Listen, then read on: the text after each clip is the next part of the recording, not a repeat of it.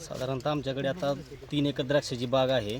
सतत यावर्षी मेमध्ये 20 मेलाच पाऊस सुरू झाल्यामुळे द्राक्ष बागाला जेवढे सूर्यप्रकाश पाहिजे तेवढा सूर्यप्रकाश न भेटल्यामुळे काडी परिपक्व झाली नाही आणि जेवढा माल पाहिजे तेवढा माल म्हणजे काहीच एकही झाडावर घड नसल्यामुळे ही द्राक्षाची बाग काढण्याचा आमच्यावर वेळ आलेली आहे.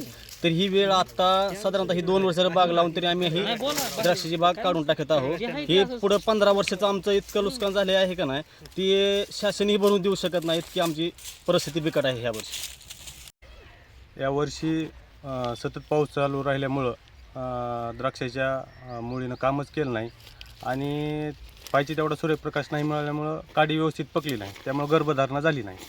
त्यामुळे कौडगाव येथील बऱ्याच शेतकऱ्याचं नुकसान झालेलं आहे. कौडगाव हे द्राक्ष बागायतदार म्हणून ओळखले जाणाऱ्या गावात द्राक्ष बागायतदार खूप मोठ्या संकटात सापडलेला आहे. आसमानी सुलतानी संकटातनं यातनं बाहेर यायचं असलं तर सरकारनं शेतकऱ्याकडे पाहून त्यांना योग्य ती मदत करावी ही एक कौडगाव ग्रामस्थ व शेतकरी म्हणून आमची अपेक्षा आहे. काय नाही, सतत पाऊस लागून राहिल्यामुळं बागाच्या मुलीनं काम केलं नाही, मुली चकाप झाली आणि त्याच्यामुळं एकही घड लागला नाही बागाला, म्हणून काढायची वेळ आली बागाची.